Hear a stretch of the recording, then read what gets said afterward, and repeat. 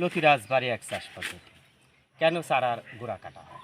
গোড়া কাটা চারা রোপণ করবেন না, নিজের বিপদ নিজে ডেকে আনবেন। গোড়া কাটা চারা থেকে ভবিষ্যতে গোড়া পচা রোগ দেখা দেবে।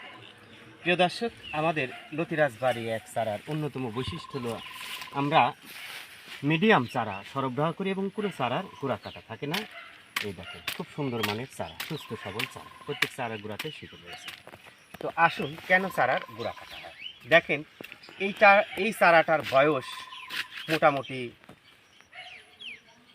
5 থেকে 6 মাস। অযত্নের কারণে দেখেন গোড়া পচন দেখা দিয়েছে। এই চারার বয়স 5 থেকে 6 মাস, অথচ এই চারাটা যদি অনেক আগে রোপণ করা যেত মধ্য বয়সে, তাহলে সে 3 মাস লতি দিত। আসুন, কেন চারার গোড়া কাটা হয়? যখন জমিতে প্রচুর পরিমাণে চারা হয়ে যায়, তখন সারের অভাব, যত্নের অভাবের কারণে গোড়া পচা রোগ দেখা দেয়। এক প্রকার অসাধু ব্যবসায়ী রয়েছে যারা তখন কি করে, এই পচা অংশ কেটে দিয়া তারাই চারা হিসেবে চালায় দেয়। প্রাথমিক পর্যায়ে এই গোড়া কাটা চারায় কোনো সমস্যা দেখা দিবে না।